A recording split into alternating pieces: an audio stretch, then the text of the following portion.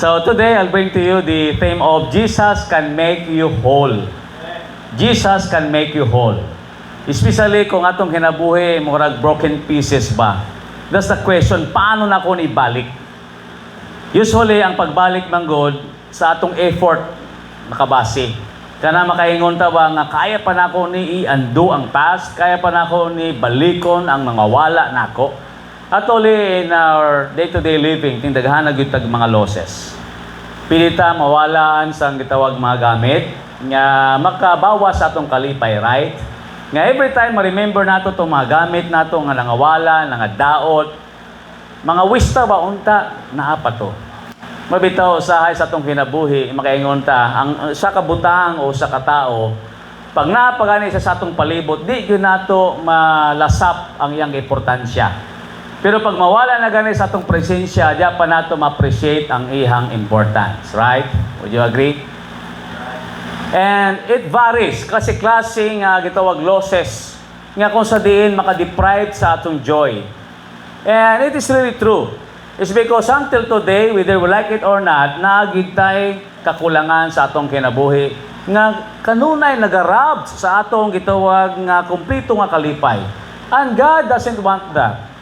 Ang gusto ni Jesus that He came that you might have life and have it more abundantly. Not only eternal life, gihatag sa Diyos kanato, but also the abundant life. What is abundant life? That every day we're enjoying His presence. Nga kung sa din ang Ginoo nag-supply sa atong mga needs, not only sa needs sa atong financial, but also emotional, wherein we are filled with the love of those people who surround us, especially our family. Nga gipuno ta sa gugma, and also ang Diyos naghatag po kanatong spiritual joy. With those spiritual blessings gihatag sa Diyos, and that is an abundant life. God wants us to live victoriously, not a defeated one. We are talking about that you will be a problem-free, given na dili ta problem-free. Ang gusto sa Diyos nga every day, we must live with a purpose. Yesterday, akong giskutan din, what is the purpose of my life on earth? Because some still don't understand why they are here. And we have named some. Number one is to what? Worship God. Kung wapat na kasabot o say purpose sa Diyos nga nung gisave siya ta is to worship Him. The second one, God wants us to serve others. Mag-una sa atong pamilya, nga serbisyo nato sila, nga nung naatata si Yuta. The third one, I suggest, it is to spread the gospel. And that is God's purpose. So sometimes atong kinabuhi din nato usahay malasap ang tibok nga kalipay is because wa ta kasabot sa purpose sa Dios. So when God said that He came that you might have life and have it more abundantly, it means hindi lamang futuristic, kundi at present you will enjoy the presence of God. Jesus can make you whole. I'll invite your attention in the book of Matthew chapter 9 verse 22, wherein this is the account of the woman, a very very short one. Mubuo na gid kayo ang story ani. This is a woman who has an issue of blood. Nasa disease. Nasa chronic bleeding gitawag natong disease. Kining gitawag chronic bleeding of blood. Mao ni siya ang gitawag natong pagkaantos sa gitawag nga taas gyud nga panahon nga naman 12 years. When we say chronic, it means a long-lasting sickness with long suffering. Taas nga pag-antos. Mabito, na-mention ko tong CKD last Sunday, chronic kidney disease. Nga mong taas yung pag-antos, nga taas yun nga panahon, bago mo na siya naangkon o lisod na kayo ibalik. This woman suffered from chronic blood bleeding. Nag-bleed siya. O ang mga babae, kabalo niya na, kunusa ng tawag nga bleeding. Importante nga masabta nato nga kita dinhi sa yuta dahil klase-klase ang atong mga kalisod. Ang uban naglisod sa finances, ang uban naglisod sa gitawag nga material tungod kay kulang sila kagamitan sa ilang adlawng pagkinabuhi. You know, some are just going to work nagalakaw lang, uban gabisikleta. Ang uban with the comfort nga napay aircon. Pero everyone of us has his own struggle. But some are suffering from illnesses and diseases. And this is the classic example wherein we can find this woman nga dili sa yun dahil natabo siya ang kinabuhi. Now, for those of you who are suffering illnesses and diseases, you know what I'm saying and you know what the woman meant by suffering. Imagine 12 years. So sobra sa kadekada nga siya nagantos. Kamo na ba mo gitawag nga sakit nga dugay na nga inyong ginadadala. And sometimes mayunta nga I cannot be happy 100% is because I have still this sickness. You know, when Paul mentions niya, I have the thorn in the flesh, and I ask God thrice nga i-remove sa Diyos, pero ang Diyos wala siya tubag. Pero tubag lang ni Jesus Christ. Kay Paul, my grace is sufficient for thee. Dili gigitanggal, pero ang grasa sa Diyos sufficient kanimo. But this woman, ang iyang gibati, gyud niya gipalampas ang oportunidad nga siya maayo. You know, this was a story wherein makita nato si Jesus Christ, He is doing miracles. Siya nag-aayo sa may mga sakit. In fact, no, makita nato ang palsy din, gaayo niya. Ang isa po katao, gaayo po niya siyang gibalatian.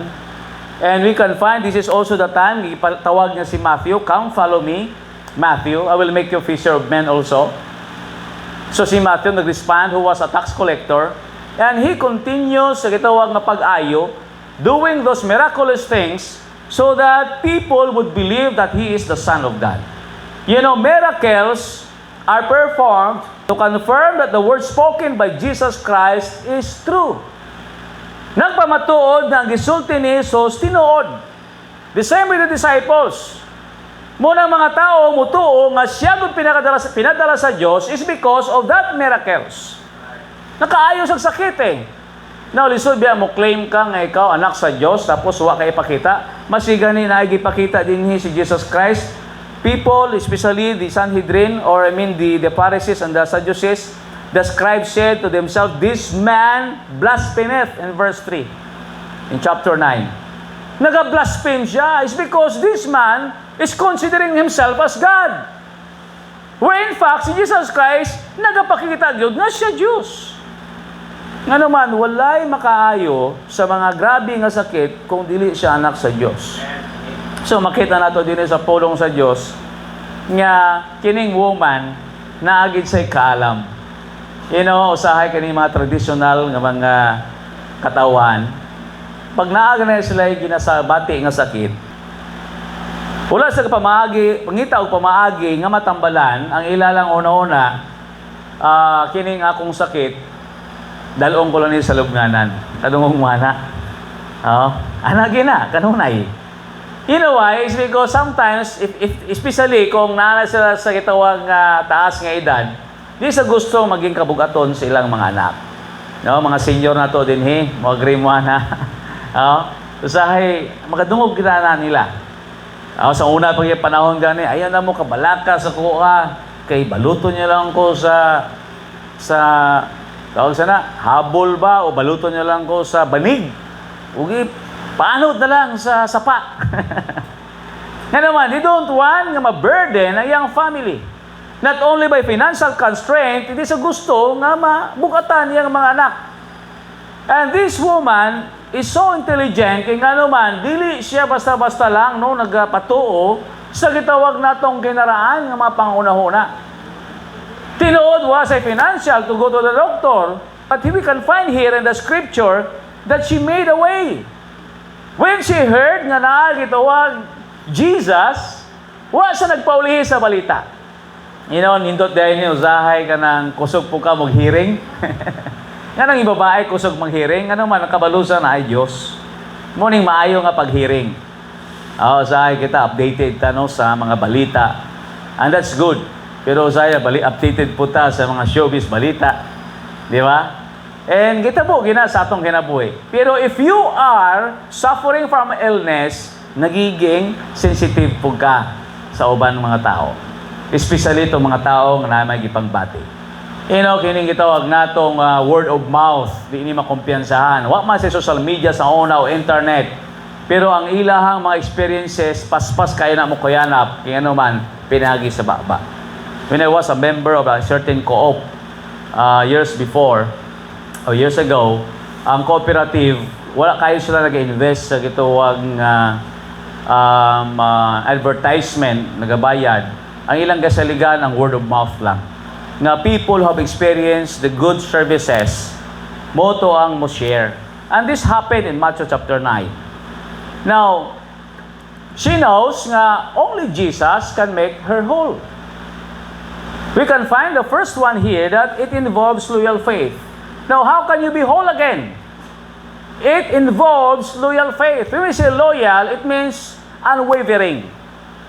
When the woman heard nga si Jesus Christ niayos ang palsy o uban pa nga sakit, sulti niya, mao na ni ang kasulbaran sa akong problema. You know, when we say faith in Hebrews 11:1, it is the substance of things hoped for, the evidence of things not seen. Every day, kailangan nato exercise ang faith. Nga maski wa ato nakit-an, nagtuo ta nga ga-exist. Maski wa ato nagagunitan tangibly, nagatuo ta nga naa ang substance. You know, this is the kind of faith that kailangan nato every day. You know, dili sa kinabuhi sa ka-woman, sulti niya, I have heard that there is Jesus nga naga-heal. I have heard about Him. She said within herself, if I may touch His garment, pwede kumayo. Nga naman, nakadungog na siya isang maayong balita nga si Jesus kapangayo sa sakit. And you see, this kind of faith comes from hearing. Ingon sa Bible sa Romans chapter 10, verse 17, faith cometh by hearing, and hearing by the word of God. Nga nung ang tao nakaangkon og pagtuo, tungod kay naminaw siya sa pulong sa Dios. Now, this woman heard what Jesus Christ hath done dito sa mga masakiton. Ang sulti niya, this is it. This is my time. Naa si Jesus doon na ako. And it's not easy for her. Do you know why? It's because this woman, naadiay ni siya tawag restriction. Dili siya nag-restrict siyang kaugalingon, but the Jews. Kung naadiay kay gitawag na bleeding, you are dirty in their sight. And you are not allowed to be with the crowd. Di ka pwede magsimpon sa mga tao kay even those people na imong mga touched, they become also unclean. Now, di kayo takasabot ani sa panahon karon. So sa una sa ilaha, grabe ng ilang mga superstitious, no, nga mga belief. We say superstitious or myth, wala sa biblical based. But for them, siya gi-considered nga dirty. So sa panahon niya, yes, I may be dirty, but Jesus Christ, I think, He's a lover of sinner. Eh naman, nadugnan po dyan eh. Kaya pagkamaritis bitaw sa, mapuslanon ba sa maayo lang bitaw ng imong tuyo? Kaya hingon niya, Jesus Christ ate with the sinners, gisaway siya, nga nanikikaon siya sa mga makasasala. And Jesus Christ did. Wala niya ikaulaw. Kaya nga naman, sulti niya, wa ba ko ni adto sa mga makasasala? Kaya wa ko ni adto sa mga matarong. And this woman learned about that. Mabitaw niya usay kanindot. Kung gaadto tag-church, nagapaminaw ta sa pulong sa Dios. Kaya nga no, masidaghan patag mga fake news o di maayo mga balita, tungod kan well-guided ta, tungod kay well-guided ta from the Word, nindot kaayo ang atong mga decision makings and actions. O ang resulta maayo. So this woman, maski wa niya nakita si Jesus Christ, naasay pagtuo nga He herself be made whole again, nga siya makomplito. Naasay kitawag pagtuo. You know, sa Biblia, sulti Jesus Christ, kay Thomas, bulahan katong wala nakakita nga nagtuo kaysa nakakita o nagtuo. You know, kita usahay makuno na ta, nindot unta no kung napata sa panahon ni Jesus kay mutuog yun ta, bakit? To see is to believe man. Seeing is believing. Pero mas bulahan kita. Kaya nga naman, we are exercising faith. And without faith, the Bible says, it is impossible to please God. Muna usahay why the Lord allows nga natay mga trouble sa kinlabuhi, nga naghantag kakulangon, so that we will trust on Him. Kaya nga naman, every time makita sufficient, makalimot ang Diyos. Tama? May mga Kristohanon usahay, makita nato panahon sa pag-ampo, di nagyun na maatag panahon. Pero panahon nga nasa problema, makitaan mo panahon sa pag-ampo. Why? Because they needed God the most. So makita nato sa Biblia nga this woman exercised her faith. Ang pagtuo, maski wa niya nakitaan si Jesus in person pa, maski mabuan niya nga like Zacchaeus that there is crowd, surely kung makilala siya, she will be rejected. Pero sulti niya, I must go. How many times makita nato sa Biblia nga naay gitawag nga self-realization. Not only the prodigal son, nga na-realize niya nga I need to go to my father and ask forgiveness. Na sa realization, si David sulti niya, I must arise and first wash my face. I must arise and wash my face as what God told me. Last Sunday, we've talked about Elijah. Sulti sa angel, siya, arise and eat. And he did. Ang kanindot lang kung kita, mga Kristohano, nagapaminaw siya mga pulong, ang atong pagtuo mo effect. Atong pagtuo mo andar. Pero gani, kung kita bungol-bungol, kung deaf bitaw ta, we are not really sensitive to the leadership of the Holy Spirit. Lisod ba ni mga bungol, kay maging ignorante? Ang mga bungol, walay simpatiya, walay kasing-kasing. This woman, when he heard those things, iyang gining, gipakayaman siyang kasing-kasing, iyang yun, gitagaan, importansya, sulti niya, mulakaw, yun ko. Faith comes by hearing. And she said within herself, if I may touch His garment, imagine, mahikapan ko lang. Grabe ka pagtuo. Mahala na di ko mapansin ni Jesus. Magunitan ko lang siya because I believe ganay power yun kaniya. What's in her mind? It's not really the magic, no? Pero ang kitaan niya nga si Jesus Christ yun, He is the Son of God. Anak ni Diyos sa Diyos. Mabitaw na usahay sa atong kinabuhi. Diha pa ta usahay mo tuo kung naanag yun nato na experience. Pero baya, ang pagtuo nga tinuod, kaya na maski wala mo pa bitaw na natagamtaman, imo daan gi-claim. Amen? Gina-claim mo daan. Now we have new graduates here. Gina-claim na daan nilang makapasar ko sa akong next, by September. Ang akong gitawag nga let sa mga teachers. Ang uban, nag-claim na daan. Nakapasar na ko, makasulod. Yun kong trabaho, ani. Dili mo na sayop ang mag-claim ta. It's by faith.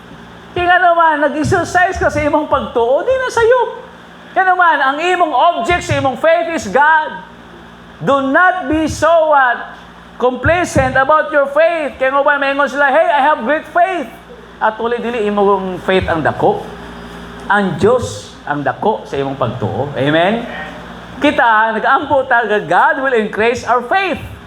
But it's very important to notice nga ang object sa atong faith, it is God. Ang Diyos. So we can find in this woman, it involves loyal faith, unwavering.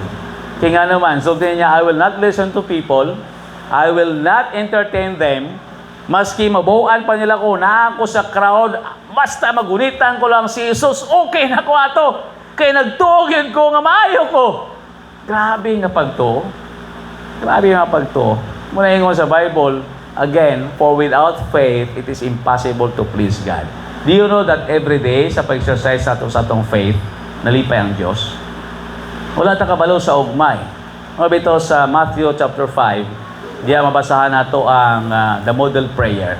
Give us this day our daily bread. Do you know the background of that? Ang give us this day our daily bread, back to their time, kailangan dahil ka magtrabaho karon para na kay pangpalit pagkaon ugma. Munang everyday, kita may struggles, nga, Lord, please give me good job, give me income, so that tomorrow, na ako'y pangpalit, na ako'y panggastos. And that's the reason, every day, nga nagkinabuhi ta. Kay gusto nato, every day, ma-exercise pod nato ang atong faith sa Diyos that He will provide. God will provide my needs. Ingon sa Biblia, but my God shall supply all your needs according to His riches. Ingon ni Paul. Kabalo ko ang Diyos mag-supply sa akong mga needs. O sa may mong needs? Financial, material, mental, intellectual, or gitawa itong spiritual or emotional. It might be karon ang imong ginatubang is not really ang broken imong gitawag na job, but broken relationship. Now in marriages today, isa nakagrabe ang social media, ang technology, ginatest yun ang marriages. Nanay divorce bill, second reading, napasar na. Makita nato karon sa mga artista, tingdaghana karon ng bulag. And it seems, naging cheap ng marriage. And some, padulong pa sa pagka-break. So, imo daan, tanaw, pag tanaw mo palang daan, Lord, I want to save my marriage. I want to save my family. I want to make it whole again. Mabalik yun ang kabugos sa among pamilya is because, every broken relationship or marriage, ang mga bata yun ang kaluoy. Mga bata yun ang kaluoy. They will suffer. O dili lamang ang mga bata nag-suffer, pating mga lolog, lola nag-suffer. Kaya sila kay mabinlan. Paglakaw sa asawa, biyaan po. Biyaan mo sa mga anak mo. Biyaan mo. Sa kuwag. Biyaan po na ako ni. Ay mo sagop na lang ang mga grand-nanis na. Ang mga lolo-lola. Niting luuya sa lolog-lola. There are a lot of broken, gitawag nato mga pieces nga needs to be fixed sa atong kinabuhi.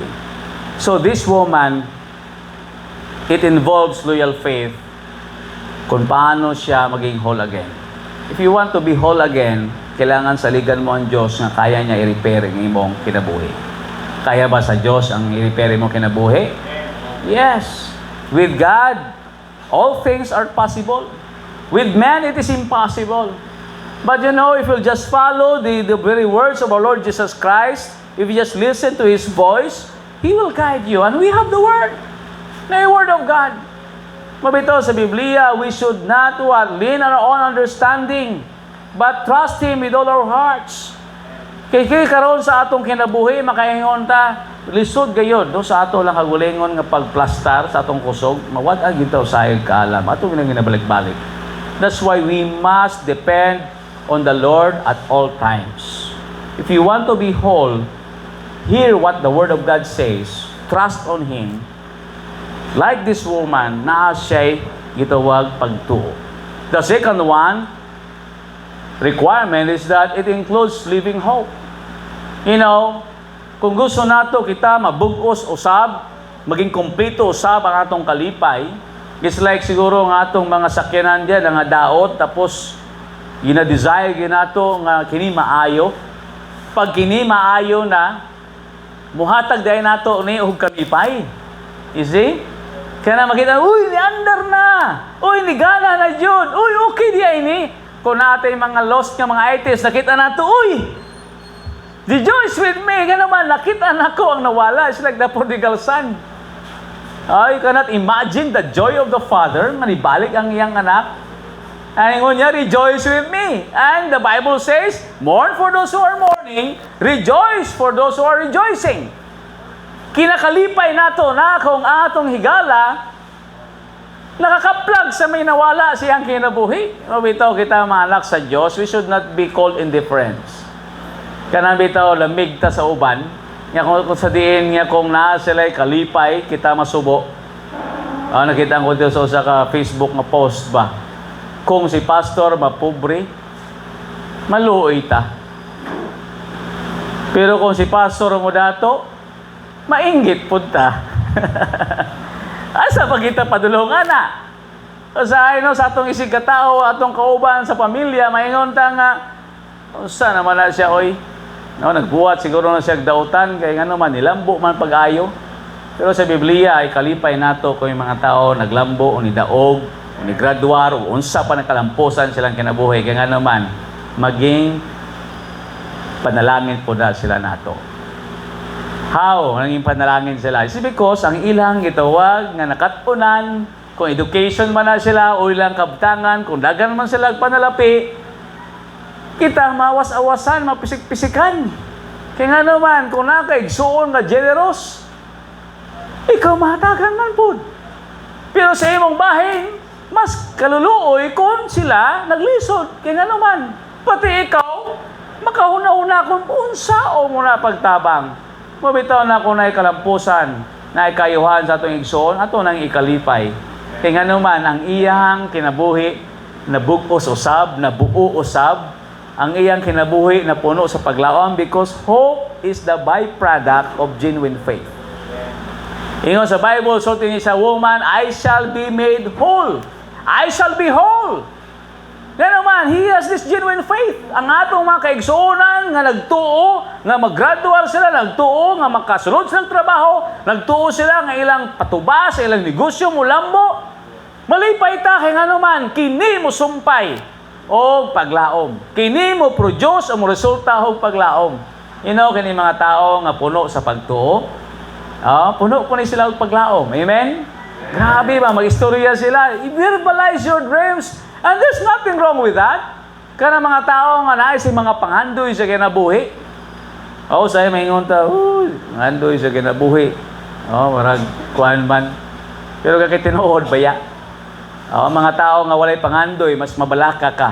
It's better to plan and fail than fail to plan. Pero ingon sa Bible, commit thy ways unto the Lord and your plans will succeed. Kanang gitugan mo bitaw sa Diyos, this is the byproduct of your genuine faith, ang imong hope. Now, this woman, if I just touch the hem of his garment, o saan ang hem? Sid-sid. Sa iyang bisti. Kanang outer lang ba? Kanang itong edge.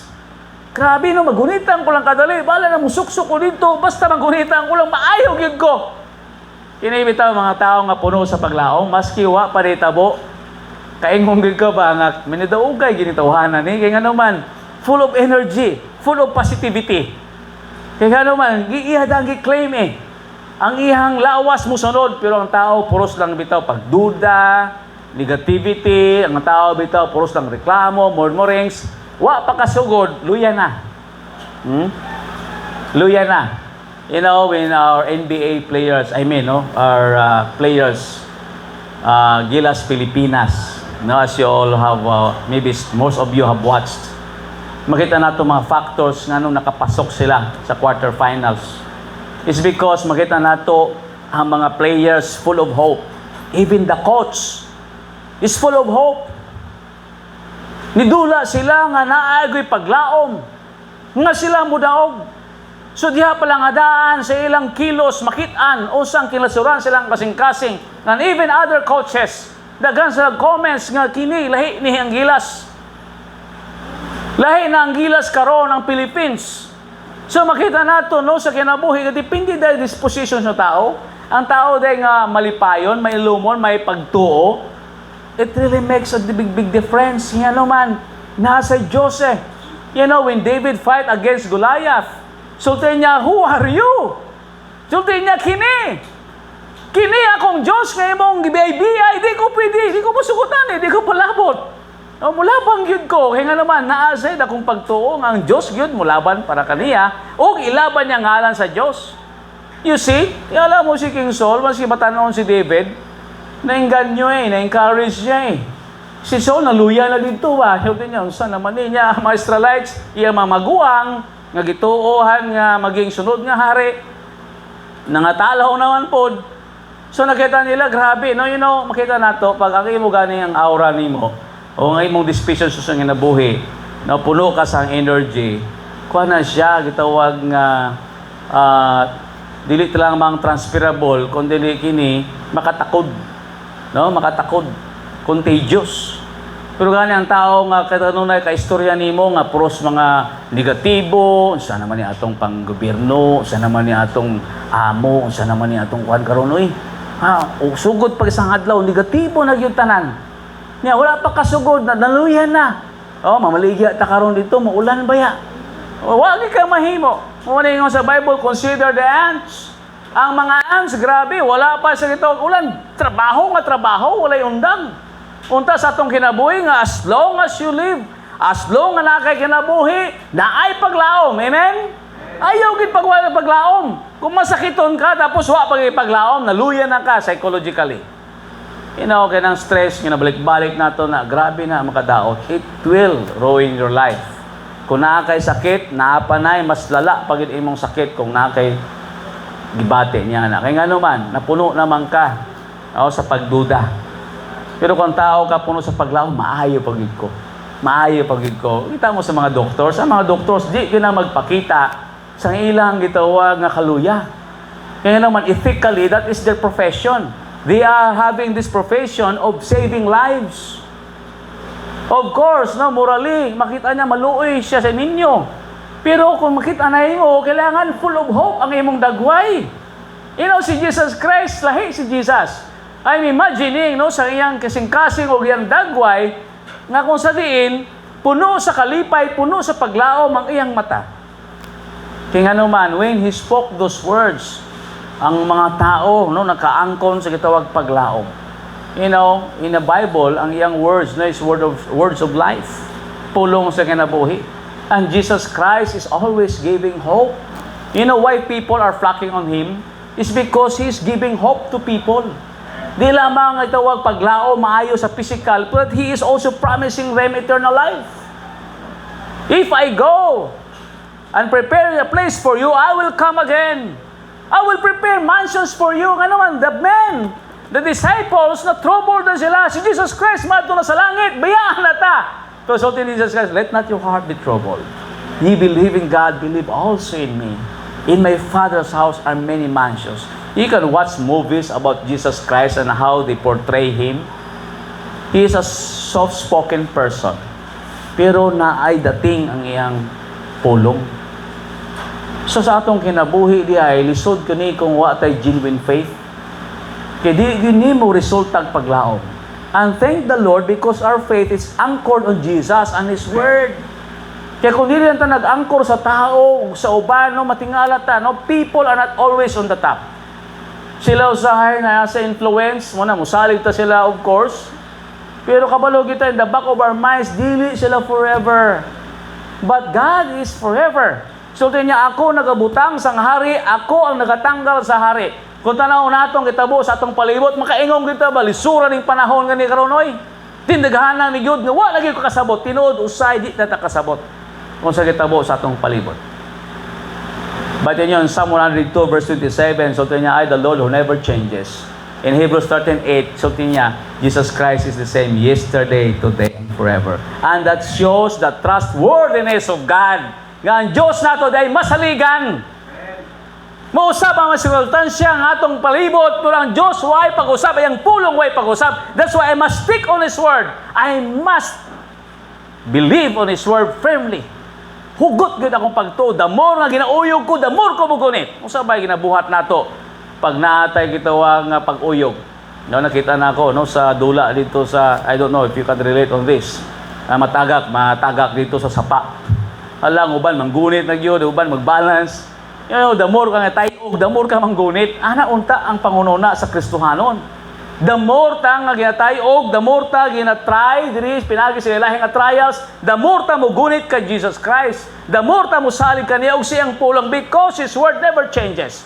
It is not culturally bound. It is not time-bounded. Ang pulong sa Diyos, wala gini sa gitawag natong pagkakupas. Heaven and earth will pass away, but my word will not pass away. Every word that proceeds out of the mouth of God, every word that is being declared, so sa pulong sa Diyos, ang tanan mahitabo gayon. Kung asa pata, musunod. Yesterday we've been to the doctor. Last Saturday ako lang isa, this time, kuyog na ako si Jinjen, kay napo sa Gibati, siyang hawak. And later on, no, naging sa UTI. So dalawa namin karon may medication na gina-maintain. But we can see nga kini mga doctors ma-reliable ni sila. Kaya isahay kita no natay self-medication. Kanang bitaw nga hilig matag mga supplement, di ba? Pero ang mga supplement, as we all know, uli pa na siya tested and tried through decades or century. Pero kaya mga doctors, ingon sa doktor, kaya ang amo ang gina-prescribe sa inyo. We have studied this from the books. Sa tupat, tested and tried na ni for many, many years. Kaya na usahin mo kita ang atong pagtuo, mugamay ba? Paano ta, synthetic, atong tag-doktor, basi madaot ta, whatever. You know, trust on Him. We must trust them. You know, ang faith, it is likened to this. Every time i-prescribe ta sa doktor sa atong inumon, ato ba bang ginabusisi ang tanan chemical composition ni? Di ba gatumar na lang ta diretso because it is prescribed by a trusted doctor, trusted person, right? And that is faith. You know that? God wants us no siya kinabuhi nga ni dili man tanan siguro may explanation. Pero gusto sa Diyos, just trust me. You know, when Peter is beginning to sink, Nawala iyang pananaw sa Dios. Pagkakita niya nga naa si Jesus Christ nagabaktas, kini una-una gyud siya impossible man iyang kinaiya. Muuna gyud siya. Leader man gyud siya. But when he began to see those waves nga tag-as na dagko nag mga balod, niwala na ang iyang pananaw kang Hesus, iso na tanaw sa balod, and he began to sink.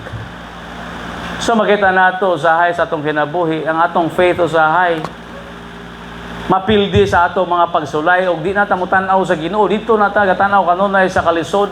Kung mawala atong paglaom, mawala ang atong pagtuo nga resulta og paglaom. Manusahay ang atong kinabuhi Christian life. Kamusta ka, Brad? Mao gyapon. Tinuod mao gyapon, pero wag mas na may gyapon, may tani na ay kinabuhi ba? Mao gyapon. Oh. So those people nga wala pa'y Kristo sa kinabuhi, what's the difference? Kaya mo mangyapon. Makatubag ta, maayo gyapon. Maayo gyapon. Kay maayo ang Diyos sa akong kinabuhi. Amen? God is good all the time. All the time God is good. Can you say God is good maski naa ka sa kalisod? Yes. Kaya nga naman, all things work together for good to them that love God.